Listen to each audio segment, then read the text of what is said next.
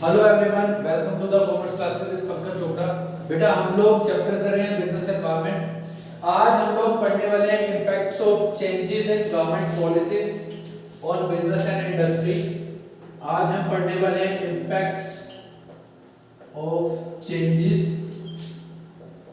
In government policies on business and industry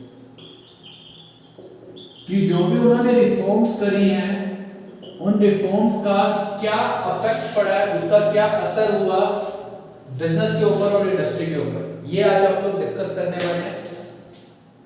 तो कुछ चीजें थी जो चेंज हुई, जैसे कि फर्स्ट था इंक्रीज इन कंपटीशन।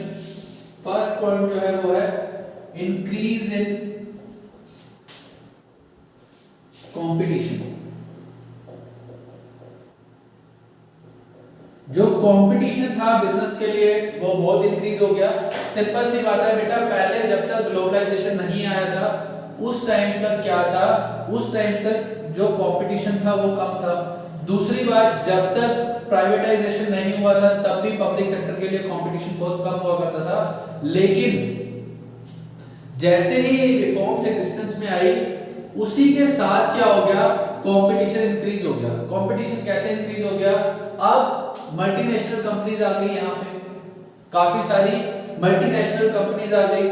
नई और ओल्ड इंडियन कंपनी जो थी उन्होंने भी मतलब बड़े कॉम्पिटिटर का रूप ले लिया, और साथ ही साथ इंपोर्ट का भी, इंपोर्ट ज्यादा होने लग गया। तो भी उससे क्या हो गया, जो लोकल बिजनेस था उसके ऊपर बहुत खराब इफेक्ट पड़ा, उसके लिए कंपटीशन बहुत इंक्रीज हो गया। एक एग्जांपल दिया हुआ है, वेस्टर्न कलर टेलीविजन हुआ करता था किसी टाइम पे, बहुत ही फेमस ब्रांड। लेकिन जैसे ही ये रिफॉर्म्स आई, जैसे रिफॉर्म्स आई, साथ ही साथ काफी सारी कंपनीज जो टेलीविजन प्रोड्यूस करती थी उन्होंने मार्केट के अंदर एंट्री ली। जैसे उन्होंने एंट्री ली, वो जो वेस्टर्न कलर टीवी किसी जमाने में फेमस हुआ करता था उसने अपनी एग्जिस्टेंस मार्केट में खत्म कर दी, उसने अपनी एग्जिस्टेंस मार्केट में खत्म कर दी। Reason increase in competition, competition increase होने की वजह से वो ये वहां से विलुप्त हो गया। ठीक है।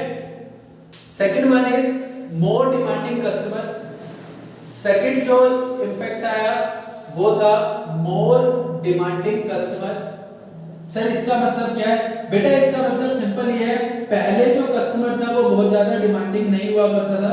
रीजन ये था कि उसके पास इंफॉर्मेशन अवेलेबल नहीं होती थी। लेकिन आजकल कस्टमर के साथ, कस्टमर के पास काफी डिटेल्ड इंफॉर्मेशन होती है हर प्रोडक्ट के बारे में, कि उस प्रोडक्ट की स्पेसिफिकेशन क्या है, उसका प्राइस क्या है, उसकी अवेलेबिलिटी कैसी है मार्केट के अंदर, उसकी परफॉर्मेंस कैसी है, वो सारी इंफॉर्मेशन अब कस्टमर के पास अवेलेबल है। अवेलेबल होने की वजह से कस्टमर क्या हो गया, ज्यादा डिमांडिंग हो गया। वो अब ऐसे कह देता है कि जी वो तो ये भी चीज ऑफर कर रहा है, वो भी चीज ऑफर कर रहा है। बट पुराने टाइम के अंदर क्या था, जिस टाइम तक इकोनॉमिक रिफॉर्म्स नहीं आई थी तब तक कस्टमर जो था वो बहुत ज्यादा डिमांडिंग नहीं था। रीजन यही था कि उसके पास सारे प्रोडक्ट्स के बारे में इंफॉर्मेशन अवेलेबल नहीं होती थी। इंफॉर्मेशन अवेलेबल होने की वजह से अब क्या हो गया, वो ज्यादा डिमांडिंग हो गया। तो ये चीज भी जो लोकल बिजनेस था उसके ऊपर बहुत ही बड़ा इफेक्ट डाला इस चीज से। ठीक है। Next one is rapidly changing technological environment. जो एनवायरनमेंट था टेक्नोलॉजिकल एनवायरनमेंट वो काफी ही स्पीड से चेंज होना स्टार्ट हो गया।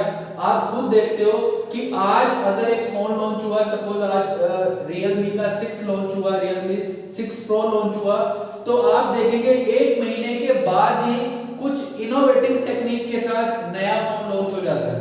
तो टेक्नोलॉजिकल एनवायरनमेंट जो है वो कॉन्टिन्यूअस इनोवेशन करता जा रहा है। तो जो बड़ी फर्म्स है वो तो मॉडर्न मशीन्स जो है उनको भी एक्वायर कर लेती है, मॉडर्न टेक्निक्स जो है उनको एक्वायर कर लेती है। लेकिन जो स्मॉल बिजनेस है उनके लिए ये बहुत ही बड़ा वार्निंग सिग्नल होता है कि वो इस मार्केट में सरवाइव कर पाए। तो ये भी एक बहुत बड़ा इफेक्ट आया कि चेंजेस बहुत फास्ट हो रहे थे। चेंजेस फास्ट होने की वजह से क्या हुआ, जो छोटे बिजनेस थे वो धीरे धीरे मार्केट से बाहर होने स्टार्ट हो गए। रीजन सिंपल सा था, वो नई टेक्निक्स को अडॉप्ट नहीं कर पाते थे इतनी स्पीडली।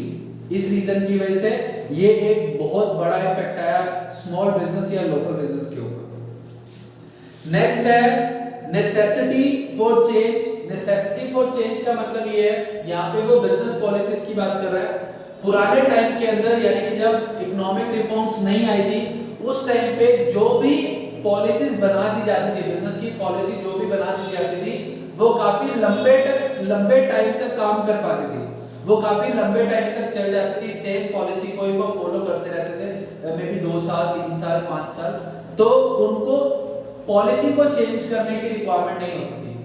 बट जैसे ही इकोनॉमिक रिफॉर्म्स आई तो बिजनेस एनवायरनमेंट जो है वो बहुत डायनामिक हो गया। बिजनेस एनवायरनमेंट क्या हो गया, डायनामिक हो गया, यानी कि उसके अंदर चेंजेस काफी फास्ट आ रहे थे। तो उस चेंजेस को टैकल करने के लिए, उस चेंजेस के साथ मीट करने के लिए, उसकी रिक्वायरमेंट को मीट करने के लिए अब क्या है, चेंजेस की रिक्वायरमेंट आती जा रही है। बिजनेस पॉलिसी के अंदर चेंजेस आपको रेगुलर करने पड़ते हैं, इसीलिए यहाँ पे बोला गया है नेसेसिटी टू चेंज।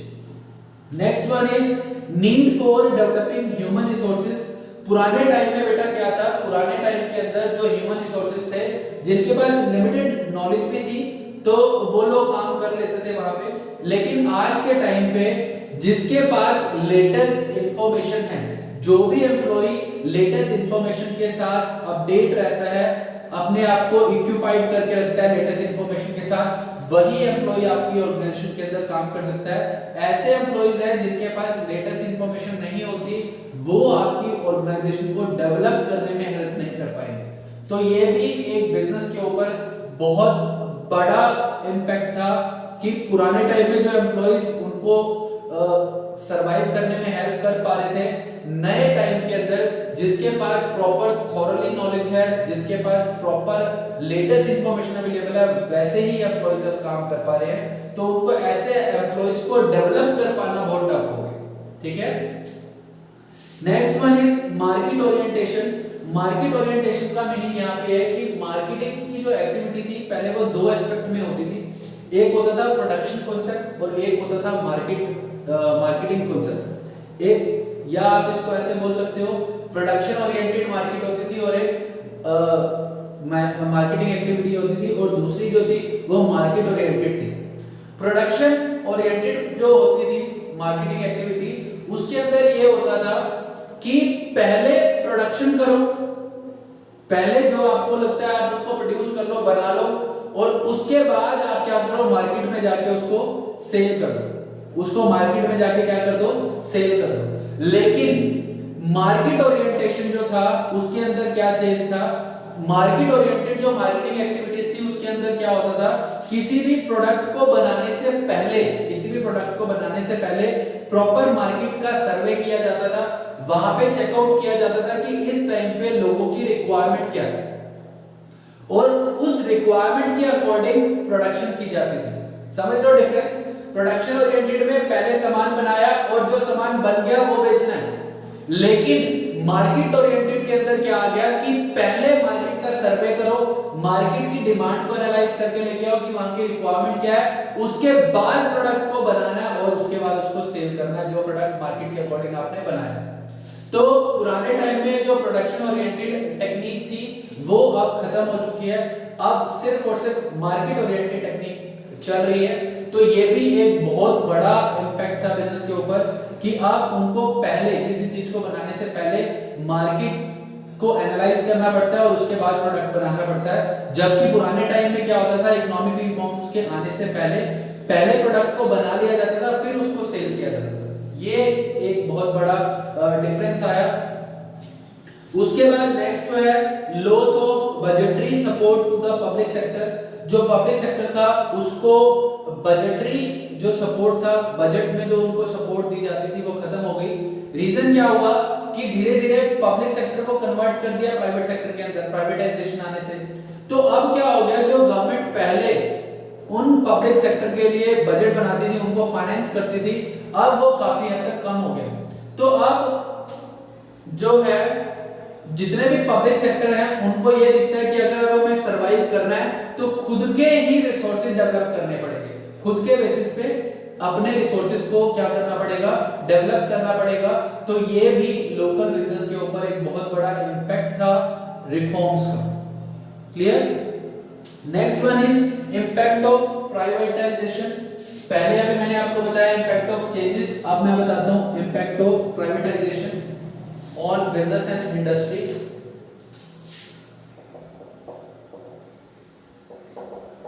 प्राइवेटाइजेशन का क्या इफेक्ट आया किसके ऊपर, बिजनेस के ऊपर और इंडस्ट्री के ऊपर क्या इफेक्ट आया, वो अब हम पढ़ने वाले हैं। तो जैसे ग्लोबलाइजेशन, प्राइवेटाइजेशन और लिबरलाइजेशन तीनों ही फैक्टर्स थे, बट अब हम स्टडी करने वाले हैं सिंपली सिर्फ प्राइवेटाइजेशन का क्या इफेक्ट आया। तो सबसे पहले जो इफेक्ट आया वो था इंक्रीज इन कंपटीशन। किसके लिए कंपटीशन इंक्रीज हो गया था, पब्लिक सेक्टर के लिए। अब क्या हो गया था बेटा, कंपटीशन उनके लिए काफी इंक्रीज हो गया था। क्यों? क्योंकि पहले वहां पे सिर्फ और सिर्फ पब्लिक सेक्टर की मोनोपोली हुआ करती थी, लेकिन जैसे ही प्राइवेट सेक्टर को उस फील्ड के अंदर एंट्री दे दी, उस पार्टिकुलर इंडस्ट्री के अंदर एंट्री मिल गई, तो पब्लिक सेक्टर के लिए सरवाइव कर पाना बहुत टफ हो गया और उनको क्या करना पड़ा, कंपटीशन उनके लिए काफी इंक्रीज हो गया वहां पे।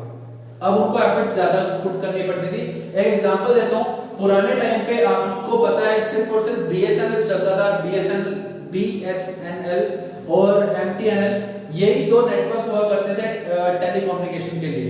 लेकिन जैसे ही प्राइवेट सेक्टर आ गया, जैसे कि आइडिया आ गया, एयरटेल आ गया, वोडाफोन आ गया, तो जैसे इन सब ने मार्केट के अंदर एंट्री की, जियो आ गया, तो क्या हुआ वहां पे अल्टीमेटली जो बीएसएनएल था और एमटीएनएल था उनके ऊपर एक बहुत टफ कंपटीशन क्रिएट हो गया उनके लिए। कंपटीशन क्रिएट होने से क्या होता है, जो क्वालिटी ऑफ प्रोडक्ट है वो इंक्रीज होती है और प्राइस ऑफ प्रोडक्ट जो है वो क्या हो जाता है, डिक्रीज। यानी कि सिंपल वर्ड्स के अंदर चीप प्राइसेस पे आपको बेटर क्वालिटी के प्रोडक्ट मिलने स्टार्ट हो जाते हैं, कम प्राइस पे आपको अच्छे क्वालिटी के प्राइस मिलने स्टार्ट हो जाते हैं। ये इफेक्ट पड़ा था पब्लिक सेक्टर के ऊपर कंपटीशन के इंक्रीज होने से। Next one is reduction in political interference. Reduction in political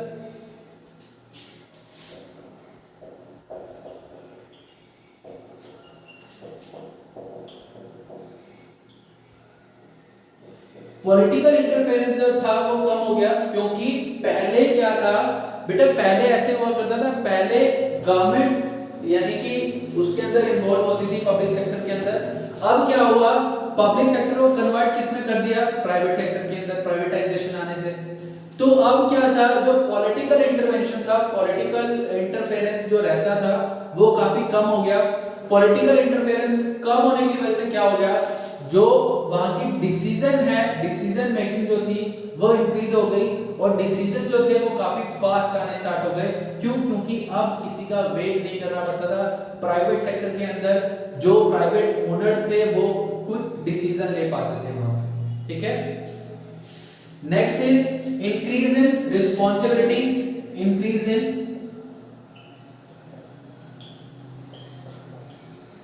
responsibility, जो रिस्पांसिबिलिटी थी वो भी क्या हो गई, इंक्रीज हो गई। पहले आपने देखा होगा बेटा, एक मैं बड़ा ही अच्छा सा आपको एग्जांपल देता हूं, पुराने टाइम में आपने काफी सुना है, अब ये और भी चीज इंप्रूव हो जाएगी। अगर आपने देखा हो कि जितने भी गवर्नमेंट टीचर्स होते हैं, कई बार आपने देखा है कि वो कहीं ना कहीं पुराने टाइम के अंदर, अब ऐसा नहीं है, पुराने टाइम के अंदर कहीं ना कहीं वो अपनी ड्यूटीज के साथ केयरलेस हो जाते थे। अपनी ड्यूटीज को जिस तरीके से निभाना चाहिए उस तरीके से वो उनको परफॉर्म नहीं करते थे। लेकिन जैसे ही प्राइवेट सेक्टर आ गया, तो प्राइवेट सेक्टर आने से उनके लिए कंपटीशन इंक्रीज हुआ और जो एम्प्लॉइज पहले ये सोचते थे कि हम तो गवर्नमेंट एम्प्लॉइज हैं, अब उनको काम करना पड़ रहा है, प्राइवेट सेक्टर के अंदर काम करना पड़ रहा है। प्राइवेट सेक्टर के अंदर अगर आप अपनी रिस्पांसिबिलिटीज को, अपनी जॉब को अच्छे से नहीं करते तो आपको किसी भी टाइम जॉब से निकाला जा सकता है। तो इस रीजन की वजह से क्या था, एम्प्लॉइज की जो रिस्पांसिबिलिटी थी वो क्या हो गई थी, इंक्रीज हो गई थी। जबकि पब्लिक सेक्टर के अंदर ऐसा नहीं था। पब्लिक सेक्टर में उनको ये था कि एक बार अपॉइंट हुए, अब चाहे काम करें चाहे ना करें, अब हमें कोई निकाल नहीं सकता। लेकिन प्राइवेटाइजेशन आने से पब्लिक सेक्टर को कन्वर्ट किसमें करा गया, प्राइवेट सेक्टर में। तो अब एम्प्लॉइज की जो रिस्पॉन्सिबिलिटी थी वो इंक्रीज हो गई, ज्यादा आप इफेक्टिवली काम करने लग गए। Next one is increase in efficiency. Increase in efficiency, सारे पॉइंट्स बेटा सेम मिलते जुलते हैं। इंक्रीज इन एफिशिएंसी,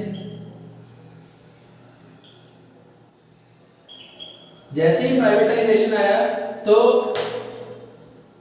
अब क्या हुआ, अब उनके लिए एफिशिएंसी इंक्रीज हो गई, क्योंकि पब्लिक सेक्टर को ये पता चल गया था कि अगर हम लोगों ने अपनी एफिशिएंसी को इंक्रीज नहीं किया, एफिशिएंसी का मतलब आपको पता है ना, कोस्ट इफेक्टिव मैनर में काम करना, मतलब कम से कम कोस्ट पे वर्क को कंप्लीट करना, उसको एफिशिएंसी बोला जाता है। तो एफिशिएंसी जो थी उनको दिख गया कि अगर पब्लिक सेक्टर को अब सरवाइव करना है तो अब हमें एफिशिएंटली काम करना पड़ेगा, अदरवाइज हमारे जो सर्वाइवल है वो दिक्कत में आ जाएगा, वो डेंजर जोन में आ जाएगा। तो इसलिए उनकी एफिशिएंसी भी क्या हो गई, इंक्रीज हो गई। Next one is increase in industrial growth. पुराने टाइम के अंदर क्या था, पब्लिक सेक्टर के अंदर काफी सारे जो इंडस्ट्रीज थी वो इनएक्टिव थे, लेकिन जैसे ही प्राइवेटाइजेशन आया तो उसके साथ साथ उन्होंने क्या किया, साथ ही साथ इंडस्ट्रियल ग्रोथ जो थी, इंडस्ट्रियल डेवलपमेंट की जो ग्रोथ थी वो काफी हाई हो गई वहां पे। रीजन सिंपल सा था, कंपटीशन आ गया था। कंपटीशन आने की वजह से जो पहले पब्लिक सेक्टर इनएक्टिव था, एक्टिवली काम नहीं कर रहा था, उसको भी काम करना पड़ा। अल्टीमेट काम करने से क्या हुआ, उनकी ग्रोथ रेट जो थी वो क्या होती गई, इंक्रीज होती गई। ठीक है, अब इसके बाद हम करेंगे managerial response to changes in business environment. Management का क्या अब चेंज मतलब वहां पे रोल रहा, वहां पे क्या उन्होंने रिस्पांस किया बिजनेस एनवायरनमेंट के चेंज होने पे। बिजनेस एनवायरनमेंट का मतलब आपको पता है, बिजनेस एनवायरनमेंट जो है वो जितने भी एक्सटर्नल फैक्टर्स हैं उन सबका टोटल है, जो बिजनेस को डायरेक्टली और इनडायरेक्टली क्या करता है, अफेक्ट करता है। वो उसको काफी सारी अपॉर्चुनिटीज भी प्रोवाइड करता है और वो उसको काफी सारे थ्रेट्स भी प्रोवाइड करता है। तो चेंजेस क्या थे बिजनेस एनवायरनमेंट के अंदर, पहला चेंज ये हुआ, change in the taste of customer. अब कस्टमर का जो टेस्ट था वो चेंज हो चुका था। दूसरा, चेंज इन द एटीट्यूड और कंडक्ट ऑफ द सप्लायर। जो आपके सप्लायर थे उनका एटीट्यूड चेंज हो चुका था। मे बी उन्होंने बोल दिया, पुराने टाइम के अंदर वो आपको सिंपली प्रोडक्ट दे रहे थे, लेकिन अब उन्होंने डिमांड करना स्टार्ट कर दिया कि आप पहले एडवांस डिपॉजिट कराओगे तभी आपको सामान दिया जाएगा। Next one is change in the form और nature of competition because of the entry of many competitors in the market. अब जो कंपटीशन का नेचर जो था वो काफी चेंज हो गया था। क्यों? क्योंकि अब काफी सारी इंडस्ट्रीज जो थी वो मार्केट के अंदर आ चुकी थी। Change in the expectation of the people from the business. जो अब बिजनेस से एक्सपेक्टेशन थी पीपल की वो भी चेंज हो गई। पुराने टाइम में जैसे मैंने बोला कि इंफॉर्मेशन अवेलेबल नहीं होती थी तो कस्टमर ज्यादा डिमांडिंग नहीं था, बट अब जब उनको सारी चीजें पता चलने लग गई तो उसकी एक्सपेक्टेशन जो थी वो बिजनेस के साथ वो चेंज होनी स्टार्ट हो गई। Change in the political structure, change in economic policies, change in the legal regulations, ये सारे के सारे चेंजेस किसमें आए, बिजनेस एनवायरनमेंट के अंदर। एक एग्जांपल इसके अंदर दिया हुआ है निरमा कंपनी का। आपने बड़ी ऐड देखी है वॉशिंग पाउडर निरमा। तो जो निरमा कंपनी थी वो पहले सिर्फ और सिर्फ वॉशिंग पाउडर बनाती थी, लेकिन उसने एनवायरनमेंट को स्टडी किया, उसकी रिक्वायरमेंट को चेक किया, तो उन्होंने उसके बाद टॉयलेट सोप बनाने स्टार्ट कर दिए, उन्होंने सोप बनाने स्टार्ट कर दिए। ठीक है, मतलब नहाने के लिए भी निरमा का साबुन आ गया और टॉयलेट में यूज करने के लिए जैसे अभी आप लोग हार्पिक वगैरह यूज करते हो उसी टाइप से टॉयलेट क्लीनर भी आ गया निरमा का। अब क्या हुआ, उस टाइम पे इसके दो ही कॉम्पिटिटर थे, एक था गोदरेज और एक था हिंदुस्तान लीवर। अब उन्होंने देखा कि कंपटीशन बहुत इंक्रीज हो गया। कंपटीशन इंक्रीज क्यों हो गया? क्योंकि निरमा बहुत डेवलप हो रहा है। तो गोदरेज ने क्या किया, गोदरेज ने अपना एक नया ब्रांड लॉन्च किया विगिल के नाम से। आपने शायद सुना नहीं है, विगिल के नाम से एक अपना प्रोडक्ट लॉन्च किया। और हिंदुस्तान लीवर ने ब्रीज, ब्रीज आप साबुन आपने देखा होगा, ब्रीज का एक सोप आता है बाथिंग सोप, तो वो भी उन्होंने क्या किया, डेवलप कर दिया। पहले निरमा ने एनवायरनमेंट को स्कैन किया, वहां पे रिक्वायरमेंट चेक की, उसके लिए रिस्पांस क्या दिया उसने, नए 2 प्रोडक्ट लॉन्च कर दिए। फिर उसके बाद हिंदुस्तान ने और गोदरेज ने कंपटीशन को देखते हुए कि कंपटीशन इंक्रीज हो रहा है, निरमा हमारे से ज्यादा शेयर गेन कर लेगा, तो उन्होंने क्या किया, एनवायरनमेंट को स्कैन किया और उसको रिस्पांस करने के लिए उन्होंने क्या किया, अपना जो गोदरेज था उसने लॉन्च किया विजिल, और जो आपका हिंदुस्तान लीवर था उसने लॉन्च कर दिया नया सोप ब्रीज। तो ये आपका चैप्टर था बिजनेस एनवायरनमेंट का, आप इसको आप अच्छे से रीड आउट कर लेना बेटा। हर चैप्टर के लास्ट में आपको कुछ क्वेश्चंस मिलेंगे, आप सारे क्वेश्चंस को रीड आउट करें, उनके आंसर फाइंड आउट करने का ट्राई करें, और अगर कोई प्रॉब्लम आती है तो मेरे को बताएं कि सर हमने इस पर्टिकुलर क्वेश्चन का आंसर फाइंड आउट करने का ट्राई किया, हमें नहीं मिला। पहली बात तो अगर आप साथ साथ चैप्टर को रीड कर रहे हो तो आपको किसी भी क्वेश्चन में कोई प्रॉब्लम नहीं होगी, बट फिर भी अगर आपको कोई प्रॉब्लम होती है तो आप मेरे को बताएं, हम उसका कोई ना कोई सॉल्यूशन करेंगे। ओके बेटा, थैंक यू।